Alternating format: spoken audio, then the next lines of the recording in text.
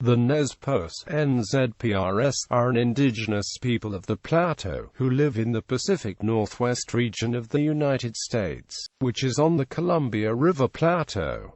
They are federally recognized as the Nez Perce Tribe and govern the reservation in Idaho. They are one of 5 federally recognized tribes in the state. Anthropologists have written that the Nez Perce descend from the Old Cordilleran Culture, which moved south from the Rocky Mountains and west into ULAN, where the tribe coalesced. Nez Perce Tribe information. The name for themselves is ʻnɛzˈpɜːrs, meaning the people in the language, part of the Sahaptin family. Nez Perce is an exonym given by French-Canadian fur traders who visited the area regularly in the late 18th century, meaning literally pierced nose.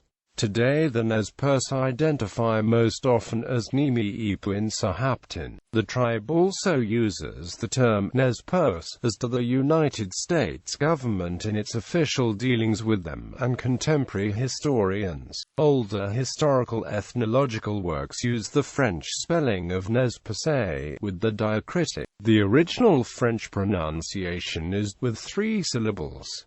William Clark in his journals referred to the people as the Chopunish Topen. This term is an adaptation of the term Cup'pelu, which is formed from Cup'it and Pelu. When analyzed through the Nez Perce language dictionary, the term Cunit-Pelu contains no reference to piercing with a pointed object, is described by D. E. Walker. The prefix cu means in single file. Quote, this prefix, combined with the verb pini, to come out, finally, with the suffix of pelu, meaning people or inhabitants of, put all 3 parts of the Nez Perce word together now to get cu plus pini plus pelu equals Cunit Pelus, or the people walking single file out of the forest. Nez Perce oral tradition indicates the name Cu'upnightpu meant we walked out of the woods or walked out of the mountains, and referred to the time before the Nez Perce had horses. Nez Perce is a misnomer given by the interpreter of the Lewis and Clark expedition at the time they first encountered the Nez Perce in 1805.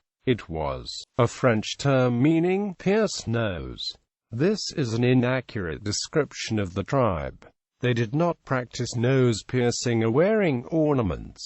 The pierce-nose tribe lived on and around the lower Columbia River in the Pacific Northwest and are commonly called the Chinook Tribe by historians and anthropologists. The Chinook relied heavily upon salmon, as did the Nez Perce.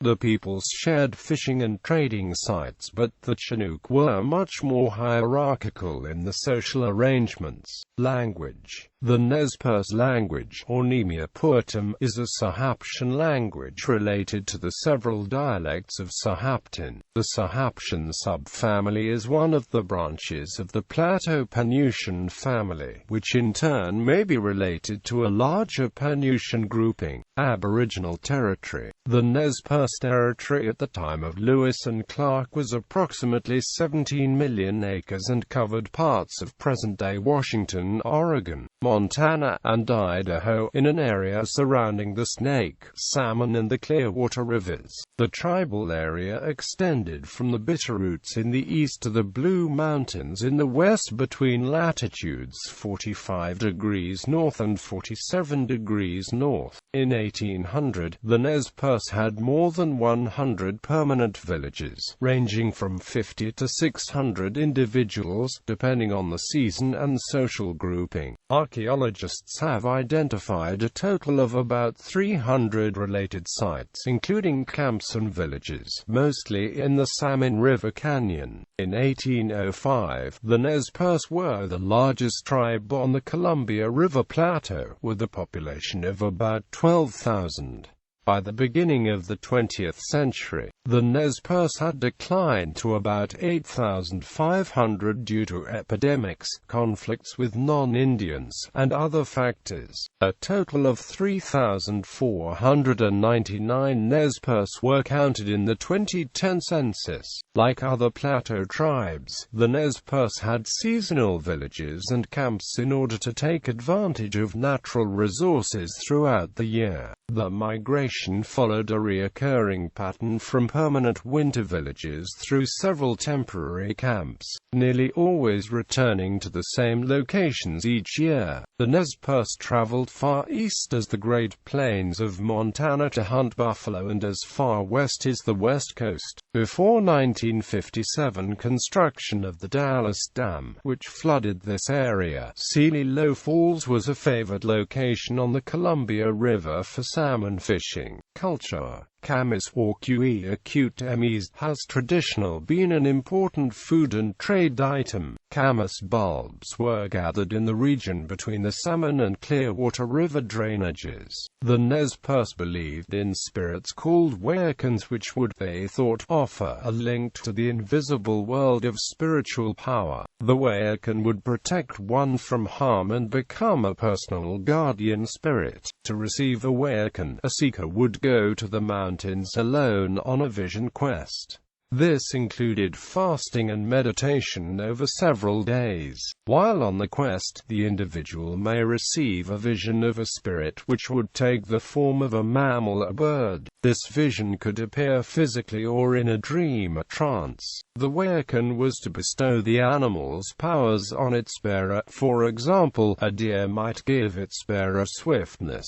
A person's Wayakan was very personal. It was rarely shared with anyone and was contemplated in private. The Wayakan stayed with the person until death. The museum at the Nez Perce National Historical Park, headquartered in Spalding, Idaho, and managed by the National Park Service, includes a research center, archives, and library. Historical records are available for on-site study and interpretation of Nez Perce history and culture. The park includes 38 sites associated with the Nez Perce in the states of Idaho, Montana, Oregon, and Washington, many of which are managed by local and state agencies. History. European contact. In 1805, William Clark was the first known Euro-American to meet any of the tribe, excluding the aforementioned French-Canadian traders. While he, Meriwether Lewis, and the men were crossing the Bitterroot Mountains, they ran low of food, and Clark took 6 hunters and hurried ahead to hunt. On September 20, 1805, near the western end of the Lolo Trail, he found a small camp at the edge of the Camas digging ground, which is now called Weep Prairie.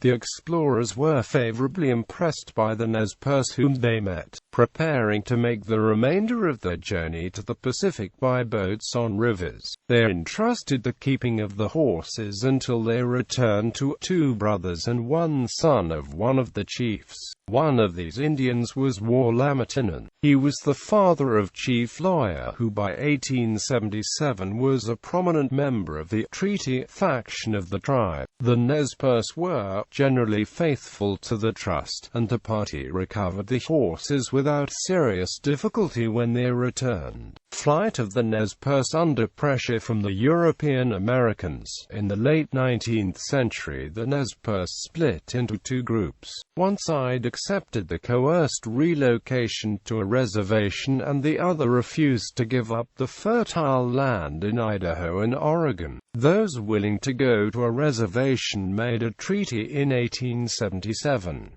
The flight of the non-treaty Nez Perce began on June 15, 1877, with Chief Joseph, Looking Glass, Whitebird, Ollicott, Lean Elk, and 2 Hulhuls out leading 2,900 men, women, and children in an attempt to reach a peaceful sanctuary. They intended to seek shelter with their allies the Crow, but, upon the Crow's refusal to offer help, the Nez Perce tried to reach the camp in Canada of Lakota Chief Sitting Bull. He had migrated there after decisively defeating United States forces in the Battle of the Little Bighorn. The Nez Perce were pursued by over 2,000 soldiers of the U.S. Army on an epic flight to freedom of more than 1,170 miles across 4 states and multiple mountain ranges. The 800 Nez Perce warriors defeated or held off the pursuing troops in 18 battles, skirmishes, and engagements. More than 300 U.S. soldiers and 1,000 Nez Perce were killed in these conflicts.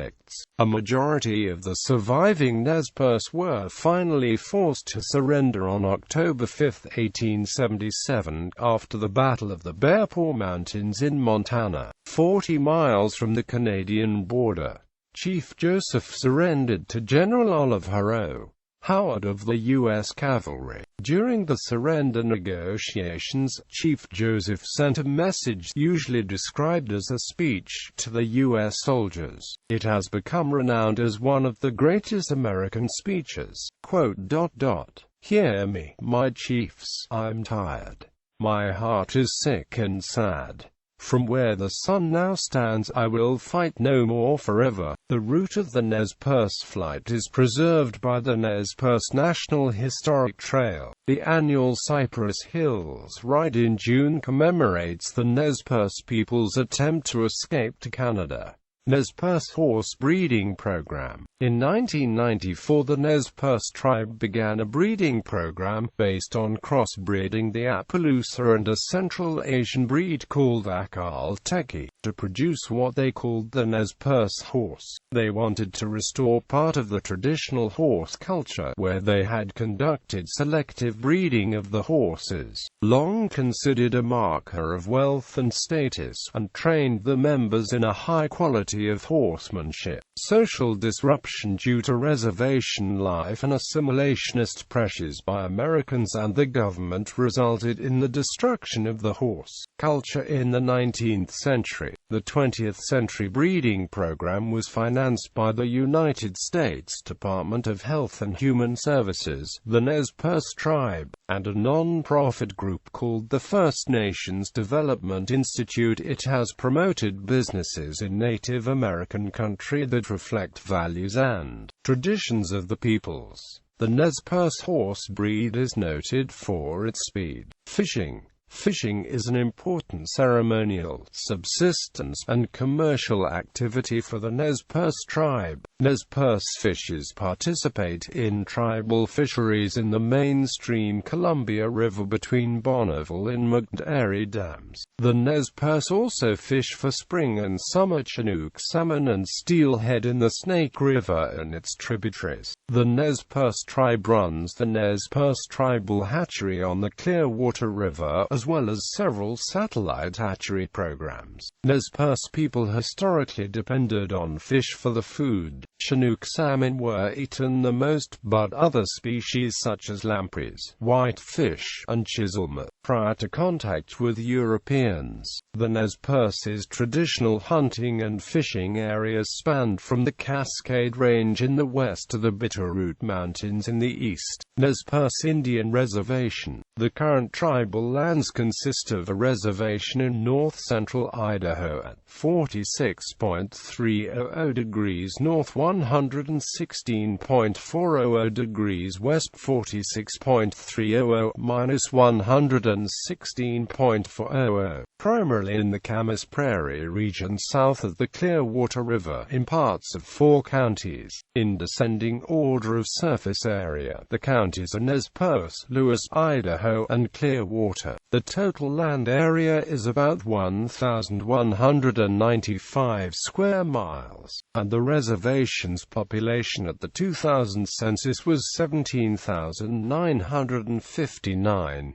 Its population is predominantly white, nearly 90% in 1988, and the largest community is the city of Orofino, near its northeast corner. Lapwai, the seat of tribal government, has the highest percentage of Nez Perce people at about 81.4%. Similar to the opening of lands in Oklahoma, the U.S. government opened the reservation for white settlement on November 18, 1895. The proclamation had been signed less than 2 weeks earlier by President Cleveland. Communities. In addition, the Colville Indian Reservation in eastern Washington contains the Joseph Band of Nez Perce. Notable Nez Perce chief lawyer, son of a Salish-speaking Flathead woman and twisted hair. The Nez Perce who welcomed and befriended the exhausted Lewis and Clark expedition in the September 1805. His father's positive experiences with the whites greatly influenced him. Leader of the treaty faction of the Nez Perce, and signed the 1855 Walla Walla Treaty and controversial 1863 treaty. He was called the lawyer by fur trappers because of his oratory and ability to speak several languages. He defended the actions of the 1863 treaty, which cost the Nez Perce nearly 90% of the lands after gold was discovered, because he knew it was futile to resist the U.S. government and its military power. He tried to negotiate the best outcome, which still allowed the majority of Nez Perce to live in the usual village locations. He died frustrated that the U.S. government failed to follow through on the promises made in both treaties, even making a trip to Washington, D.C., to express his frustration. He is buried at the Nicaisa Cemetery at the Presbyterian Church in Camia. Old Chief Joseph was leader of the Wallowa Band and one of the first Nez Perce converts to Christianity and vigorous advocate of the tribe's early peace with whites. Father of Chief Joseph, the best-known leader of the Nez Perce, who led his people in the struggle to retain their identity, with about 60 warriors. He commanded the greatest following of the non-treaty chiefs. Olcott, younger brother of Chief Joseph, war chief of the Wallowa Band, was killed while fighting at the final battle on Snake Creek, near the Bear Paw Mountains on October 4, 1877. Looking Glass, leader of the non-treaty Alpo-Y Band and war leader, who was killed during the tribe's final battle with the U.S. Army. His following was third and did not exceed 40 men. Eagle from the Light, chief of the non-treaty Lamtama Band, that traveled east over the Bitterroot Mountains along with Looking Glass's band to hunt buffalo, was present at the Walla Walla Council in 1855 and supported the non-treaty faction at the Lapwai Council, refused to sign the Treaty of 1855 and 1866, left his territory on Salmon River in 1875 with part of his band, and did settle down in Weiser County, joined with Shoshone chiefs Eagle's Eye. The leadership of the other Lamtama that rested on the Salmon River was taken by Old Chief Whitebird. Eagle from the Light didn't participate in the War of 1877 because he was too far away. Peo Tholect, a Nez Perce warrior who fought with distinction in every battle of the Nez Perce War, wounded in the Battle of Camas Creek. Whitebird, also referred to as White Pelican, was war leader and Tuara prophet of the non-treaty Lamata, a Lamtama band belonging to Lamata, by which Whitebird Canyon was known to the Nez Perce. His following was second in size to Joseph's, and did not exceed 50 men. Tuhulhulzot was leader and Tuara prophet of the non-treaty Pikuna band, fought in the Nez Perce War after first advocating peace, died at the Battle of Bear Paw. Yellow Wolf was a Nez Perce warrior of the non-treaty Wallowa Band who fought in the Nez Perce War of 1877, gunshot wound, left arm near wrist, under left eye in the Battle of the Clearwater. Yellow Bull, war leader of a non-treaty band, wrapped in the wind. Rainbow, war leader of a non-treaty band, killed in the Battle of the Big Hole. 5 wounds, wounded in right hand at the Battle of the Clearwater and killed in the Battle of the Big Hole. Red Owl, war leader of a non-treaty band, Pocojo, warrior and subchief, chosen trail boss and guide of the Nez Perce people following the Battle of the Big Hole, killed in the Battle of Bear Paw, half French-Canadian and Nez Perce descent. Timothy, leader of the treaty faction of the Alpo-Y band of the Nez Perce, was the first Christian convert among the Nez Perce, was married to Tamar, a sister of old Chief Joseph, who was baptized on the same day as Timothy. Archie Finney, scholar and administrator who studied under Franz Boas at Columbia University and produced Nez Perce texts, a published collection of Nez Perce myths and legends from the oral tradition. Elaine Miles, actress best known from her role in television's Northern Exposure. Jagan Al-Hoxie, silent film actors. Mother was Nez Perce. Jackson Sundown, war veteran and rodeo champion. Claudia Kaufman, a former state senator in Washington state.